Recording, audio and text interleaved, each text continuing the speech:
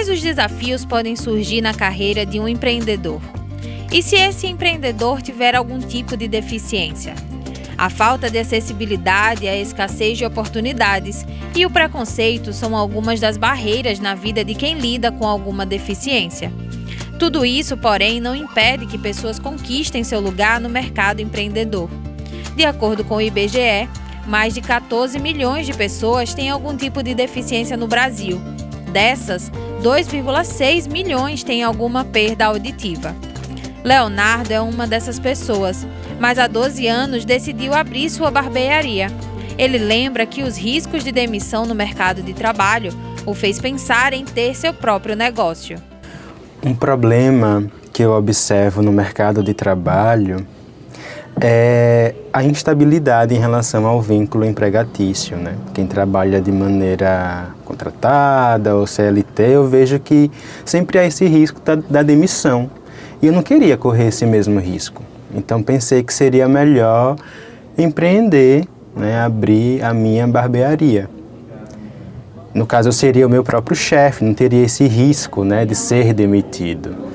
Então, pensando em ter uma segurança mesmo na minha vida, sem correr esse risco de ser demitido ou ficar desempregado, né? Então, pensando nessa questão da segurança até hoje. A necessidade de fazer um dinheiro extra para manter os estudos foi o que levou Laís Helena a empreender. Professora, ela começou a empreender ainda no tempo da faculdade. Iniciei no ano de 2014 a vender, né? Quando eu estava estudando no curso de Letras Libras na UFES. E aí necessitava, né, tirar xerox, impressões da faculdade e não tinha dinheiro para isso. Foi quando minha mãe me orientou a vender doces. Eu disse, é uma boa ideia, né, vender doces. Ela disse, você pode fazer um curso na internet para você ir aprendendo. Mas eu pensei é melhor fazer um curso presencial lá no Senac, né? E lá ofertava cursos de doces finos, cursos de fazer bolo. Tinha um curso completo. Foi quando iniciei o curso e comecei a vender na UFES. E as pessoas que compravam diziam que era muito bom. E eu também gosto muito de estar trabalhando nessa parte de confeitaria. E fiquei naquela dúvida, né? E agora, Letras Libras como professor ou trabalho na parte de confeitaria? No início, tanto Leonardo quanto Laís contaram com o apoio de familiares para abrir seus próprios negócios. Leonardo lembra que seu irmão chegou a mediar a relação dele com os clientes, mas com o tempo ele passou a utilizar outras estratégias para atrair e manter a clientela. Quando eu recebi o meu primeiro cliente, nossa, foi um momento de muita ansiedade, né? Pela questão do ruído comunicacional. E aí eu me apresentei enquanto pessoa surda, mas ele não entendia. Então havia essa dificuldade mesmo na comunicação. Eu pensei em chamar o meu irmão, e aí ele explicou para o cliente que eu era surdo, porque ele não, né, surdo não tem cara de surdo, né? E aí ele conseguiu entender isso, né? E aí a gente foi conseguindo ali aos poucos, tentando uma comunicação. Mas é pior quando se trata de pessoas já idosas, né? Aí a comunicação fica ainda mais truncada. E aí sempre eu recorria ao meu irmão para que ele pudesse fazer essa mediação mesmo linguística. E aí hoje, já quando vem clientes, ouvintes e usam gestos para se comunicarem comigo, isso me deixa muito feliz e orgulhoso por mostrar que eu sou surdo. Para Laís, seria importante que uma medida fosse tomada pela população ouvinte. É necessário que as pessoas ouvintes elas aprendam a Libras, para que tenha uma comunicação melhor entre a pessoa surda. A pessoa surda ela é a minoria dentro da sociedade. E quando há necessidade entre comunicação entre surdo e ouvinte, isso fica mais notável, né? Quando um cliente vem me solicitar um orçamento, um pedido, e que eu começo a explicar como é que vai ser as coisas, eu percebo que ele não compreende perfeitamente o quanto ele entenderia se fosse com um profissional ouvinte. A popularização do acesso a Libras seria um caminho para integrar ainda mais a comunidade surda, além de permitir que outras histórias de sucesso possam surgir em Sergipe. Quando a gente consegue ter uma comunicação com a pessoa surda, pronto, as questões estão basicamente resolvidas. Para além das questões da surdez, a gente entende que tem outras questões também, né, que acompanham as pessoas como um todo, ouvintes e surdos, mas quando a gente pensa na inclusão da pessoa surda, a principal barreira é a língua. E quando essa barreira é cruzada, a gente não tem mais nenhum desafio e a gente, de fato, consegue realizar a inclusão plena. Em Sergipe, mais de 23 mil pessoas têm algum tipo de dificuldade permanente para ouvir. O ensino de Libras poderia ser um caminho para a integração e estimulação de criação de novos negócios capitaneados por pessoas surdas. É importante para nós surdos aprendermos, temos o conhecimento sobre empreendedorismo, porque facilita o nosso acesso a essa área. Laís lembra que antes de começar a empreender, falou com outra empresária de Minas Gerais, que atua no mesmo ramo, como forma de compreender o funcionamento de mercado e desenvolver estratégias de negócios. Eu percebo que tem uma quantidade enorme de surdos empreendedores no país. E, poxa, se eles podem, também eu posso. No estado de Minas Gerais mesmo tem uma pessoa surda que trabalha com venda de doces, com confeitaria.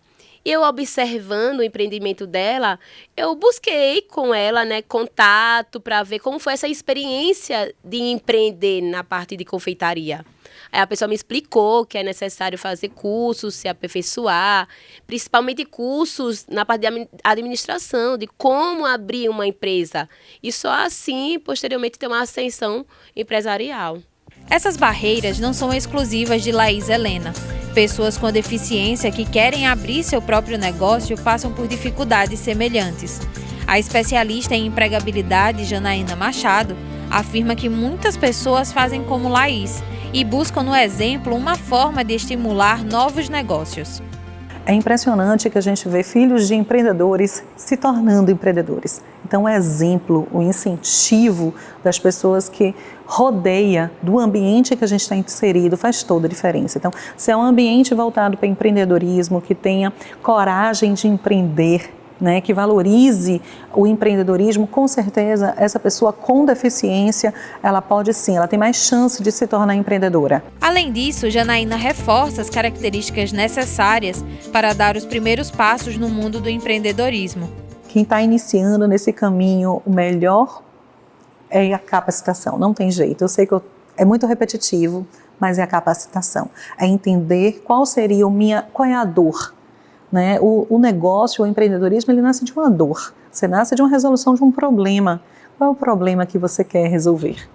Você entender qual é essa dor, entender qual seria o seu serviço ou o seu produto, para que você possa, sim, aplicar uma metodologia empreendedora, para que a gente possa entender aí para quem eu vou vender, qual é o meu público, valorização do produto, quanto é a minha hora, para aí sim a gente partir para a atitude, que é fazer acontecer, e é a realização de um sonho. Buscando se capacitar, Laís aprofundou seus conhecimentos na área da culinária, para melhorar sua técnica e atender mais clientes.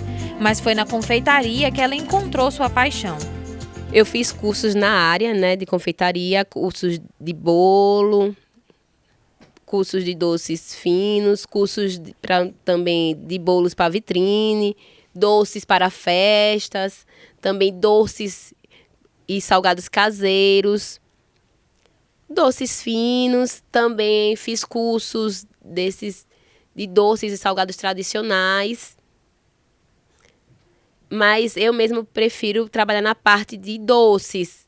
Salgado não é algo que me atrai, não. Eu acho mais fácil, mais prazeroso trabalhar com a parte de doces mesmo. Leonardo, apesar de não ter tido a oportunidade de uma formação profissionalizante, contou com o apoio do padrinho para aprimorar suas habilidades. Eu aprendi com o meu padrinho, né? Foi ele que me ensinou a fazer os cortes.